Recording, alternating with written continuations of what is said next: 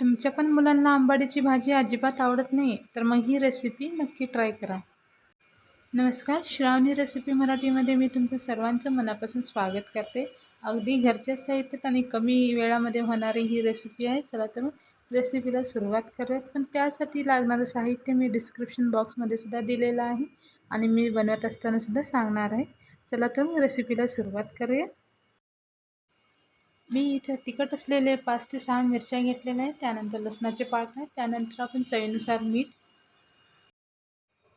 त्यानंतर एक कांदा वापरणार आहोत. तर मी सगळ्यात तयारी करून घेते. तर मी इथं एक बारीक कांदा चिरून घेतलेला आहे आणि 5 ते 6 मिरच्या आपण मिरचीचे तुकडे करून घेतलेला आहे. तर सगळ्यात अगोदर मी इथे छोटंसं मिक्सरचं भांडं घेतलेलं आहे. त्यामध्ये मी मिरच्या तुकडे करून टाकलेला आहे. त्यानंतर यामध्ये आपण लसणाचे पाकळ्या टाकून घेऊया. त्यानंतर चवीनुसार मीठ टाकूया आणि हे मी आता मिक्सरमधून बारीक काढून घेते. तर मी इथे सगळ्यात अगोदर आंबाडीची भाजी घेतलेला आहे. तर हे छान व्यवस्थित निवडून घेऊयात सगळ्यात अगोदर. आणि कोवळी अशी आपल्याला ही आंबाडीची भाजी बाजारातून आणायची आहे. तर ही छान व्यवस्थित असं फक्त पाणी तोडून घ्यायचेत आपल्याला. तर छान व्यवस्थित निवडून घ्यायचे आपल्याला. व्हिडिओमध्ये दाखवल्याप्रमाणे आपल्याला ही भाजी निवडून घ्यायची आहे छान व्यवस्थित असं. तर मी इथं पूर्ण एक जोडी आंबाडीची भाजी वापरलेला आहे. तर तुम्ही इथं बघू शकता छान व्यवस्थित निवडून सुद्धा झालेलं आहे आपलं.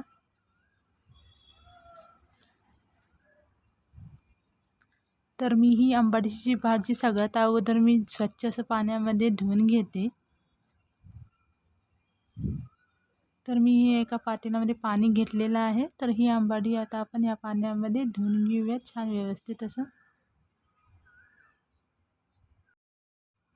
तुम्ही सुद्धा याच पद्धतीने आपली ही भाजी धुवून घ्यायची आहे. तर सगळ्यात अगोदर भाजी निवडून घ्यायचं आहे.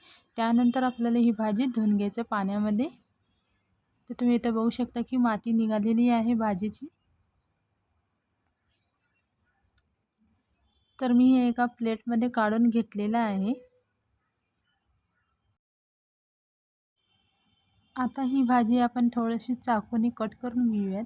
बारीक अगदी बारीक कट करायचं नाही आहे. फक्त 1 ते 2 वेळेस असं कट करून घ्यायचं आहे भाजीला.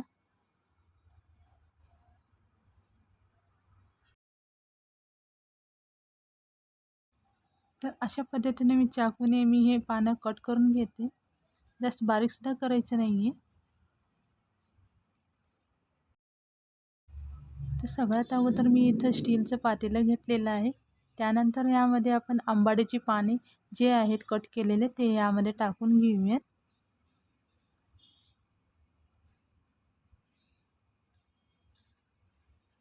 सगळी पाने यामध्ये टाकल्यानंतर मग यामध्ये आपण 1.5 ग्लास पाणी टाकून घेऊयात.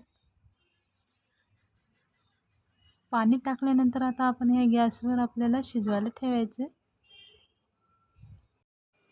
तर मी हे शिजवायला ठेवलेलं आहे.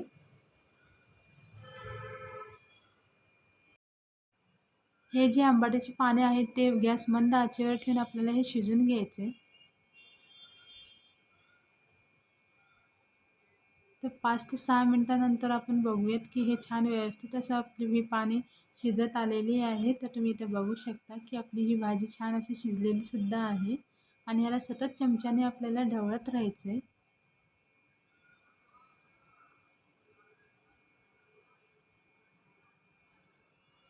तर ही पाणी छान व्यवस्थित शिजून निघालेले आहे. तर हे आता आपण बाजूला काढून घेऊयात. तर मी गॅस बंद करते. तर आंबाडीची पाने छान व्यवस्थित असं शिजलेले आहेत. तर हे आता आपण एका ताटामध्ये काढून घेऊयात. तर मी गरम पाणी सगळ्यात अगोदर बाजूला काढून घेते आणि आंबाडीची पाने आपण वेगळे करूया.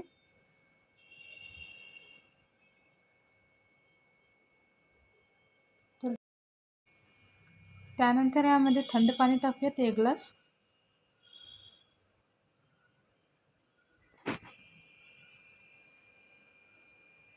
त्यानंतर हे पाणी बाजूला काढून घ्यायचे आणि एका पातेल्यामध्ये हे पाणी बाजूला काढून घ्यायचे.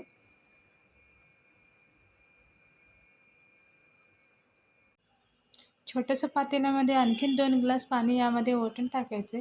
त्यानंतर आता आपल्याला हाताने छान स्वच्छ असं यातलं पाणी आपल्याला छान व्यवस्थित फक्त पाणी धुवून काढायचे. त्यामुळं काय होतं की आंबाडी खूप आंबट असते. त्यामुळं असं केल्यामुळे काय होतं की थोडंसं आंबटपणा कमी होतो भाजीचा. तर मी इथं 2 वेळेस असं करून घेतलेलं आहे. त्यानंतर आपण ज्या मिक्सरमधून आपण मिरचीची पेस्ट काढलं होतं, त्याच मिक्सरमध्ये आपल्याला मिक्सरमधून काढून घ्यायचे.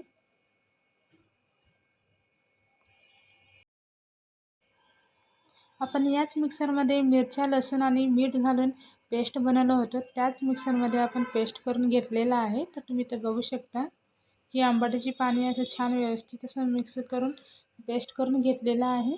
तर हे आता मी एका वाटीमध्ये काढून घेते. त्यानंतर बारीक चिरलेला कांदा यामध्ये टाकून घेऊया. टाकल्यानंतर हे छान व्यवस्थित असं मिक्स करून घेऊया. तर आपली चटणी ही तयार झाली आहे.